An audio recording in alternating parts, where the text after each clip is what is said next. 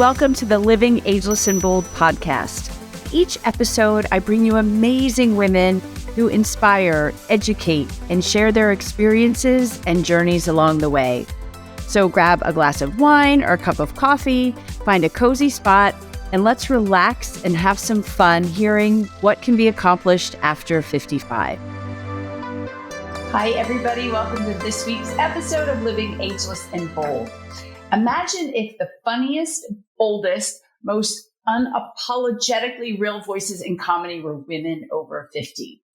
Now, stop imagining, because my guest today is Carole Montgomery, and she made it happen. She is a veteran of stand-up comedy for more than 40 years. She is the creator and host of Funny Women of a Certain Age that shattered records on Showtime. It is the highest rated stand-up comedy event they have ever had. She's fighting ageism and sexism one joke at a time.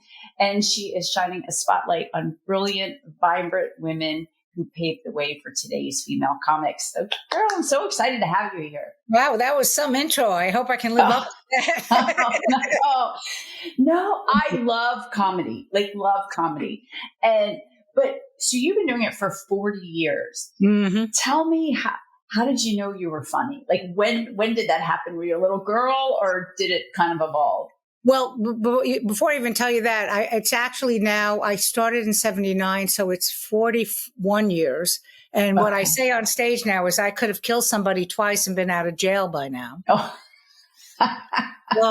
My dad, and I have a solo show called I Am My Father's Son. My dad, everything I've done as a stand-up really is because of him, because he was very loud and, rambunctious and funny. And he turned me on to the Marx Brothers and other, back in the day, kiddos, when there was only 5 channels.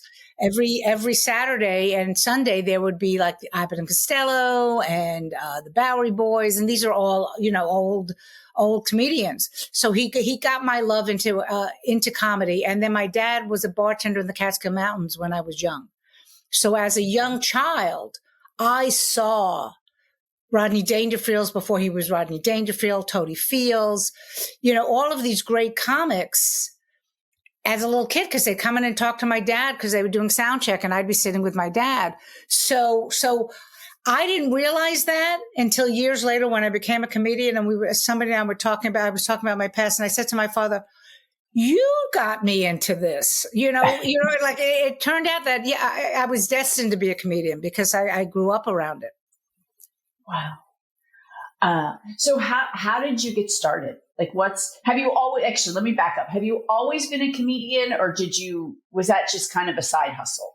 No, actually, it's interesting because, and I do not in any way, people who have side hustles now, as far as having day jobs and being comedians at night, I give them all the credit in the world. I could not handle 2 jobs. I would kill myself. But when I was starting out, I waitressed until I could make a living as a comedian. But what happened was I was working in summer stock. I thought I was going to end up in theater doing like sets and lighting design. And we were sitting around, me and the crew was sitting around, and they were like, you're really funny. You should be a comedian. And I was like, what's a comedian? Because back then, we're talking the late 70s, there were rarely any comedians that you would know about, and women was like basically Joan Rivers. So that we had a party in July. We called it Christmas in July. And my friend and I sat down. He says, you should do some jokes. And we wrote 5 minutes. I have no idea. People always say, what did you say? I said, I have no idea. That was so many years ago. But I went on stage and it felt right. And that's really the thing for me. I got on that stage and I was like, oh, I should be a comedian. And so I started at this club in Brooklyn, New York called Pips and Sheepshead Bay. And the people that started throughout that, it's closed. It's been closed for many years. Joan Rivers used to go there, David Brenner. It was all the way out on the last stop on the Q train in New York City. And then you had to walk to get to it. And I started with Andrew Dice Clay. Andrew at the time was Andrew Silverstein. He wasn't. No way. Yeah, and everyone thinks that Dice was this character. He's a great impressionist, and every time I'm on podcast and I talk about him, he's always like, stop telling people about that. Because it was, he was a great impressionist. He does an amazing Jerry Lewis. But anyway, the Dice character was Fonzie. He was doing a ripoff of Fonzie. And that became the biggest one that he got the reaction from. So then he started to do that. So it was, Pips was a great training ground for me, and it made me want, because I lived in the city and I would take the train all the way out to Brooklyn. That's funny. My son is off the Q train, so I actually know the Q train. Oh, you know the Q train. I know the Q. So at that time, were you one of the few women in those clubs? Oh, absolutely. I mean, the line I had, because Pips was in a very Italian neighborhood, and I used to say the audience hated me because they wanted me to go off stage and make sauce. I mean, they would be like, "Oh, what's she doing on the stage? Where isn't she cooking?" It was really that type of, and I don't know. There was something about, I teach stand up also, and I tell that to the younger comics. I'm like, it was something in my soul. I look back at that time, and I would be out till 2, 3 o'clock in the morning when back in the day, they didn't even give you cab fare. They gave you $5. The bartender gave you $5, and I would take the bus because I lived across town. I would take the bus, which was like 50 cents. And so then I could say I had $4.50 that I made money as a comedian. Oh my gosh. I had an interview, and, people watching and listening, you can dig back and find about Marsha Warfield, who I know you've had on the stage too. And she talks about that too. Like the $5 she made to, I'm a paid comedian. I'm a paid comic. Oh, it was a huge thing for us. And Marsha's the best. Marsha's fabulous. She's an amazing comedian. She does not take any crap, which is great. And I was so thrilled because when we were able to get her on for the third special, because she just, it's like watch. And now remember, all the girls that are on my shows are all veteran comics, but we all watched her. Right. Right. No, right. Everybody our age, we know who she is. That's when I got her on the podcast. I was like, oh, Marsha Warfield. Yay. Like, really? One of the other girls that was on that third special was my comedy bestie. Her name is Leanne Lord. And when I told her, she was like, I'm not going to be able to go on. I can't go on. I can't go on in front of Marsha. Well, and then of course Marsha said she had a great set. She was like, Marsha Warfield told me. I said, well, Marsha, and she does, and she's so humble. She's one of the most humble human beings I've ever met in my life, considering. Yeah, no, she's fantastic. Yeah. So how did you get into this, creating the Showtime special and bringing these comedians over 50 women together to do it? Well, what was interesting about all of this is that as I was getting older, I was a headlining road comic. I was on the road 30 weeks a year, something like that. I was gone 3 weeks every month, whatever that is, because I don't add. So, and in my 40s, because in my 40s, I was starting to go, why is nobody paying attention to women over 40? Because in Hollywood, like I said, Hollywood, you turn 40 and you're pretty much dead. You're either dead or a great grandmother. And so I've always had this, like, why is it all of a sudden why does it change? And so I was doing a podcast with 3 other female comics, and I wish I could remember the podcast and I wish I could remember their names, but I'm 67. So I'm lucky. I'm lucky I remembered that I had a podcast this morning. So, and we were having a great time, and we were all road comics. We were all veterans, and we were just laughing, and we were eating because of course somebody brought food, and we're eating and we're talking on the podcast. And I called my husband. I was walking home and I said, this should be a show. There should be a show with female comics, doing stand up, because there's so many women I know that are in their 40s and 50s that they're great comics and they're successful comics. You may not know them, but in my field, they're very successful. It was the only time in my life my husband went, this is a good idea, because in show business, you always throw as much stuff on the wall and see what sticks. And he goes, this is great. And it snowballed. It literally snowballed. I started talking about it online, and then somebody online said, oh, I'm doing a comedy festival. Would you like to premiere the show there? And so we premiered the show there. It was Judy Gold and Janine Garofalo were some of the big names. We had some younger, not as well known comics on the show, and somebody in the audience from there worked at the Crane Theater in New York City, which is no longer. But she said, "I think my boss will like this show." He offered us a residency, a monthly residency. We were there for 6 years until it closed. So you just rotated the women through. Right. When I first started, it was only going to be women over 50. And I had about, give or take, maybe 60 or 70 women. And I said to my husband, like I just said to you, when you turn 40, that's when everyone thinks you're dead. And I opened it up there, and then it was hundreds more. I could do a show. I could do a weekly series and never do this and never have the same person twice, except for myself.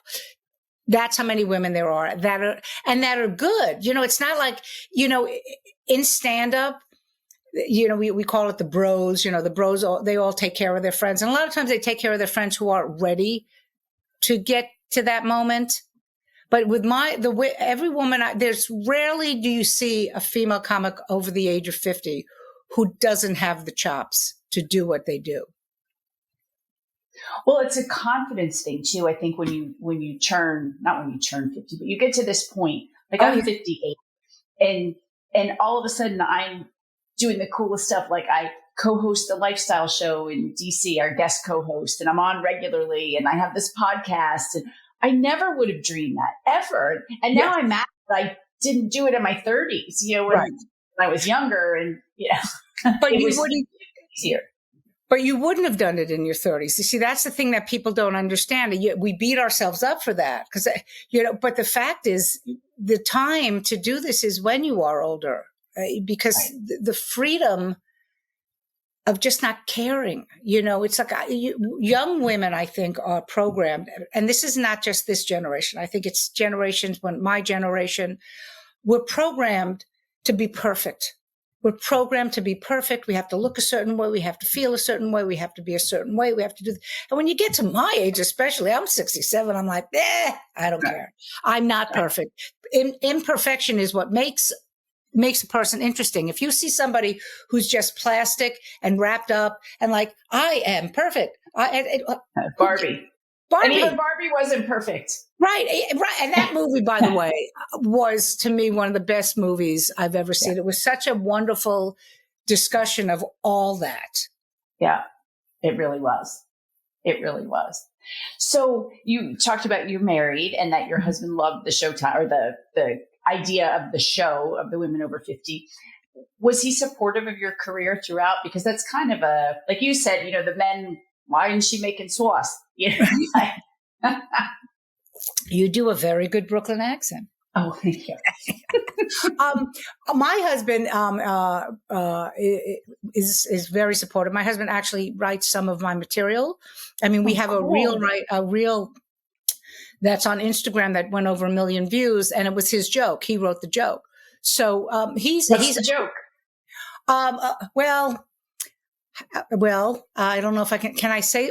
Can we use curse words? Okay, I just want to make sure. It's a podcast. You can say anything you want. Okay. We'll give a note right now. We're about to. If you need to bleep it out, you can bleep it out. Yeah. Basically, the joke is that I was overdue on my pregnancy, and I called the doctor and said, please induce me. And he said, I'm golfing this weekend. So Monday come in, I'll induce you medically. And I said, natural induction is you make love a lot. He goes, try to do this, the natural stuff, make love a lot, nipple stimulation, and take a long walk. My husband hears that and goes, so let me get this straight. I get to fuck you, play with your tits, and tell you to go take a hike. I could do that. That's fantastic. And he's so thrilled because it's like at 1.5 million views, and he's like, my joke. So he's very supportive. His mother was a Broadway conductor and a pianist. He was a legend on Broadway. So he's been around strong women. He has no choice. His mother was that way. Now I'm that way. Hopefully we'll have a granddaughter, and she'll boss him around. It'll be fun. I was going to ask you, so you have kids? I have one. I have a 33-year-old son. And so how was his life having I mean, everything is fair game probably in your world, Oh, like yeah. all the things he did. So Oh, yeah. if I could ask him, what would he say life was like having a comic as a mother? He would roll his eyes. But I think he enjoyed it. I really do. It's funny, as much as he likes to act like, Mom, you did this. And, he's very proud of me. He's very, very proud of me. And I said to him, I said, honey, I talk about my life and you're part of my life. So I'm going to talk about you. In fact, the first two specials, he, of course he was there, but like a lot of his friends were there, they came to see me. So, what's funny that you asked me that question, my son works in the music industry, and every so often he works with Patti Smith when she's on tour. So her daughter, they were sitting around having coffee, and he told me the story, and I thought this was so funny to me. He goes, yeah, her daughter said, what's it like having a mom as a comic? And he's looking at her like, your mother's Patti Smith. What do you add? Like, he couldn't understand. It's so funny how, because I guess to people who aren't in the business, it was a regular life. I tried to be as normal as possible with him. It's so funny that you say that, because my son was a hockey player, and we traveled all over, and you get to be really close with all these people. And back in the day, I got the blue check on Twitter, and my kids could have cared less, but their friends were like, your mom is verified on Twitter. Oh my gosh. Like, I know, right? And maybe for a second I was cool with my kids, but that quickly diminished. I was not. It's interesting. I've always been very, very open and very, I tweet, of course I'm his mother and he knows that, and he should not mess with his mom. But he also knows that this is what I do. Why would I change? Another, like, in the same vein of who I am as a person. So when he was in college, he went to the new school, and he was there for about 6 months, and he came up to me and my husband. He says, you know what? I really want to work in the music industry. I don't think I can, I don't think I need to do this. And we both, especially me, because I did the exact same thing. I went to Brooklyn College for 6 months, and I said to my parents, this isn't for me. I want to be in theater.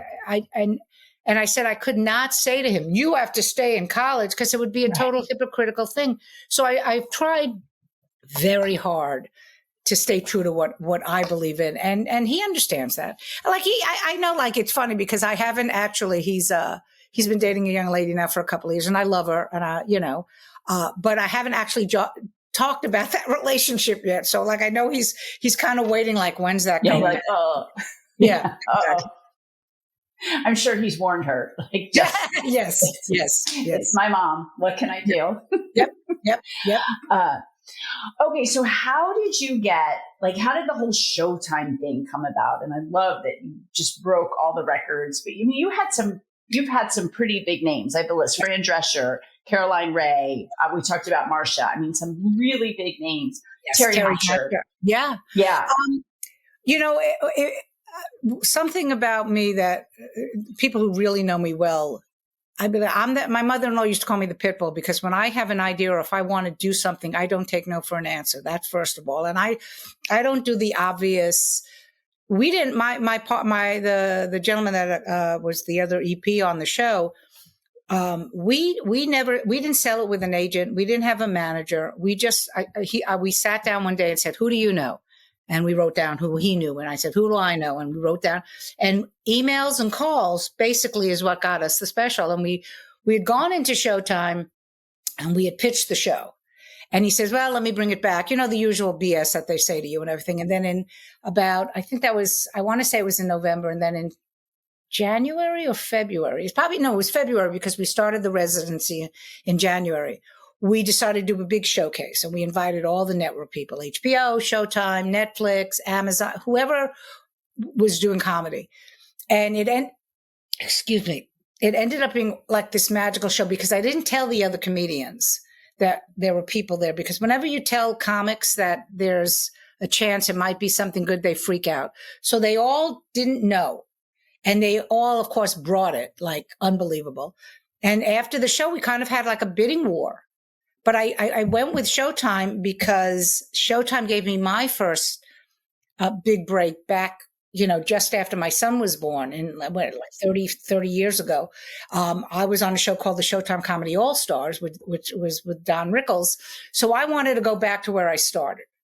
And that's how it started. I mean, what was funny is that they didn't want us to announce. So on my birthday, my 60th birthday, I knew I had the special. And I had this big party in my apartment, and I knew I had the special, and I couldn't tell anybody. It drove me crazy. So, but we ended up taping, I want to say we taped the following year. And yeah, it was a perfect look. It's a great show, but I think between the fact that it's a great show, great talent, and the timing of where it was, there was a lot more power to women back then. There was a lot more. The Me Too movement was happening. There was a lot of stuff because we shot. It was 2019, so we shot it. I want to say I got the, because it was my 60th birthday. So we got the deal in 2018.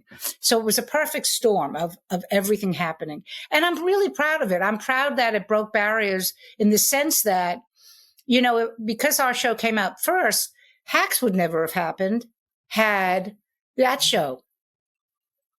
And so now there's this all of a sudden, steamroll effect.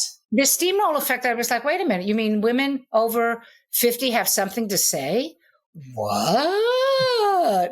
So it's such a pleasure to watch all these other women going, hey, yeah, I should do something about, and it's become this nice steamroll effect.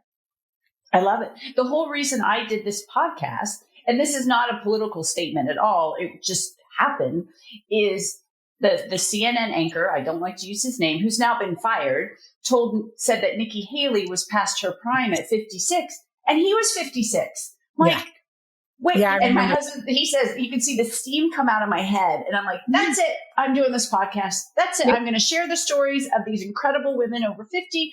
Like you're 67 years old. You did this. Well, you said seven years ago. I was right? 59. So you're 60. Yeah. I was 59 actually when it came up. Amazing. Yeah. Amazing. And it's actually what's so interesting. I had a very successful career before this. That's what's so funny to me. But this will be the thing that, It's your legacy. My legacy. Yeah. And it's really kind of great because I was in Vegas for 10 years working. I was doing burlesque shows there. I was a headliner. I've done military tours overseas. I've done a dozen tours. But this really just took off in a way that, you never imagine. I love it. And like we said, you've paved the way.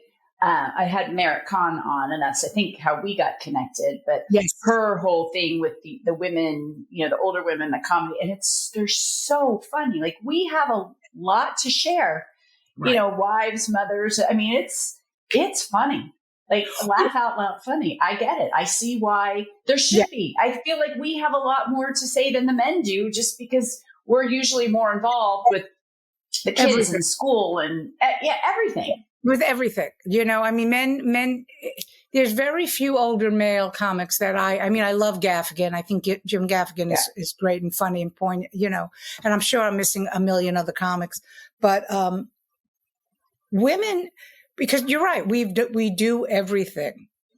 We absolutely a lot of material, a lifetime of material. Yeah. And what's interesting, like there are some comics who've done my show have said, I don't really mention my age on stage because I'm worried the younger people. I go from, the first thing I say is how old I am. And then you watch the young people go like this.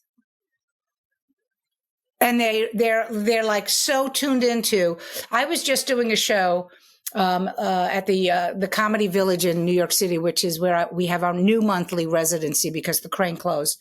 And there was these two guys, and they were 21 and 22, and I was talking about something, and I just kept playing with them, and the smiles on their faces, because what had happened was I had said I had gone to an Oasis concert, and then I said, does anyone know who Oasis is? And a lot of people didn't. He goes, I don't know who they are. And his friend goes, I know who they are. I said, how do you not know who Oasis is? And I just started giving him shit.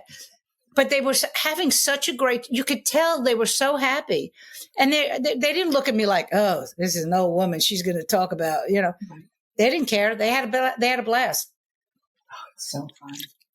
So who was your idol? mean, you've been doing this a long time. You mentioned Joan Rivers. Who did you look up to when you first started? Who did you want to be? I mean, obviously your own version of. Right. Well, it's interesting because you got to remember that there were not a lot of female comics. So of course I knew of Joan, and I knew Jody Fields, by the way, is such an underrated comedian. And if people should look her up, she was so funny, but just nobody knew who she was. I mean, they did, but not this this generation won't know who she is. But Phyllis Diller, we went to see when I was living in Vegas. She was doing her last tour, so she had to be in her 80s, and I went to go see her. But as far as who really changed the type of comic I was, is Richard Pryor. Richard Pryor was, and I got to meet him, and I it's so funny how different life is now because we don't have phones, right? So back then I was on stage at the Comedy Store. I did not know that Richard was in the audience. This is towards the end of his life. He was very sick. And after the show, after my set, one of his bodyguards comes up to me and goes, "Excuse me, Mr. Pryor would like to see you." And I was like, "Oh shit, what did I do?" And he came, and he was sitting next to Mitzi, who was the owner of the Comedy Store. And he leaned in and he goes, "I think you're really funny." And I looked at Mitzi Shore and I went, "That's it. I'm done." And I thanked him, and I immediately ran to a pay phone because we didn't have cell phones. And I called my husband. I was sobbing. And he goes, "What's wrong? What happened? Did you get hurt?" I said, "No, Richard Pryor thinks I'm funny." And he was like, "That's a good thing." I went, "I know, it's a good thing, but it's such a different time because there was no selfie. It's just my memory. And I can see it. I can see him lean over to me. One of the best, I mean, this is the guy that when I saw that first Richard Pryor live in concert, and he describes his heart attack, and it's one of the most brilliant pieces of comedy I've ever seen. I see it today, and I know it's coming, and I still get hysterical laughing. So that was an amazing thing. Of course, Richard Pryor, then of course George Carlin and Lily Tomlin. Those are the top three, and I would love it. We had wanted to get Lily for the show, and unfortunately she was doing Grace and Frankie on Netflix. So it was a conflict. So there was no way to get her. Yeah. She's funny. Oh gosh. I would love to have her. There's a whole list of women. The more you talk about names, so many amazing women our age that just keep doing great things. Now, how do you see the younger, like the Nikki Glazers coming up? You've kind of paved some path for them. Well, Nikki doesn't need my help. Nikki's doing really well. Nikki, I mean, the girls coming up, I it's funny because I've heard people talk about people like Nikki and like, "Oh, well, she's so, she's so dirty." I'm like, yeah.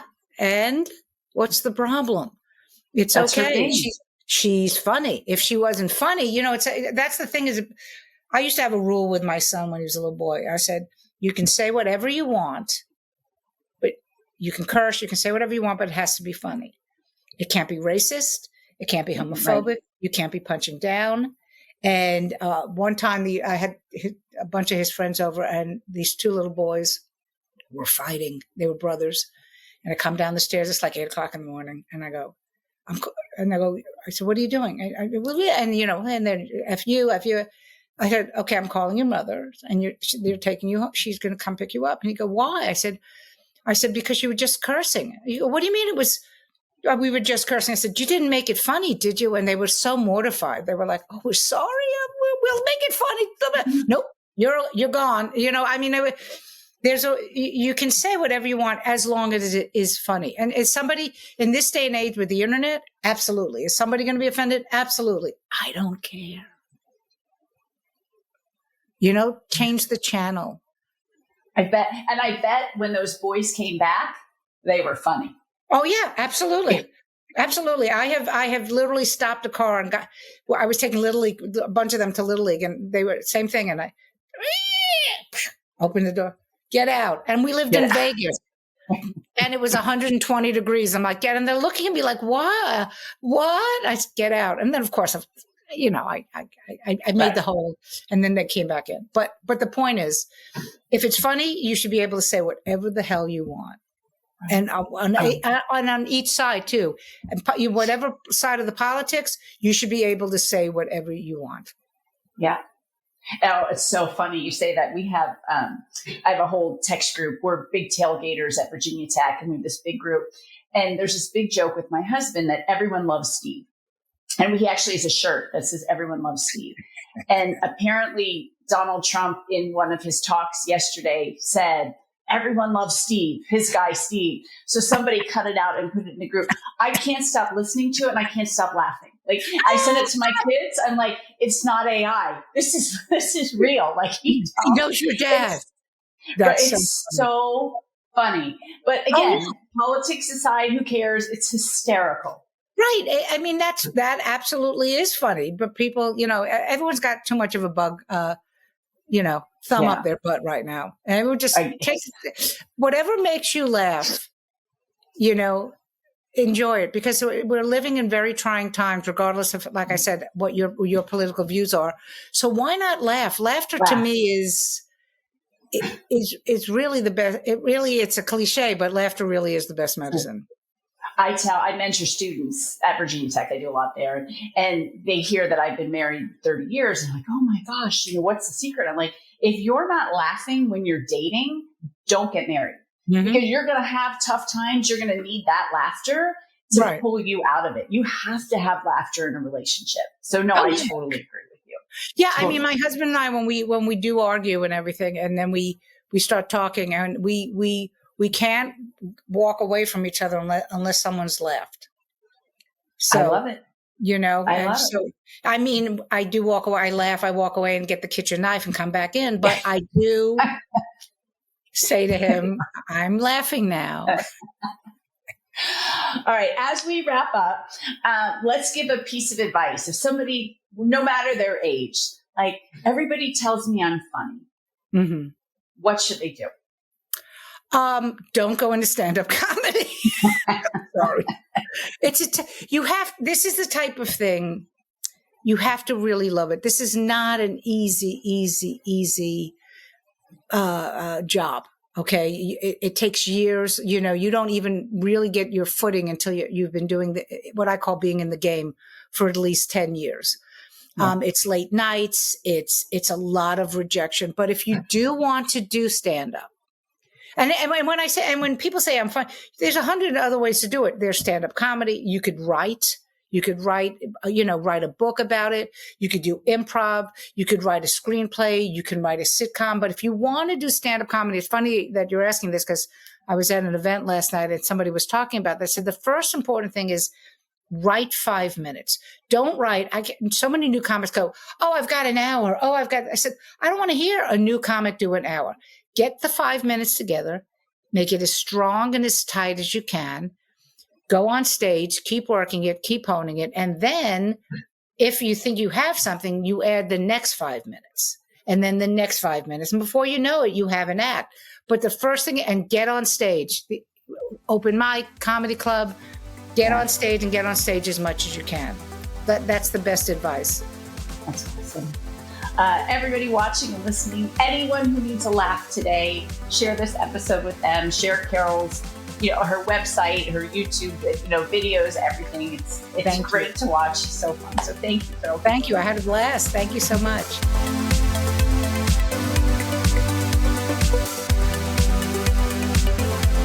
Thank you for listening or for watching this episode of Living Ageless and Bold. If you haven't already, please make sure you hit subscribe. And if you like the episode, I hope that you will give us a great review.